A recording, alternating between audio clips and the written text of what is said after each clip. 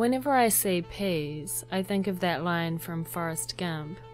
Jenny and me was like peas and carrots.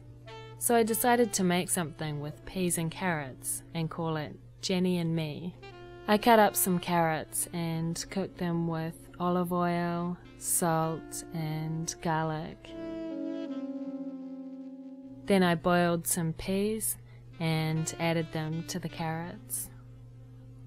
And I cooked some pasta. Jenny and Me spaghetti.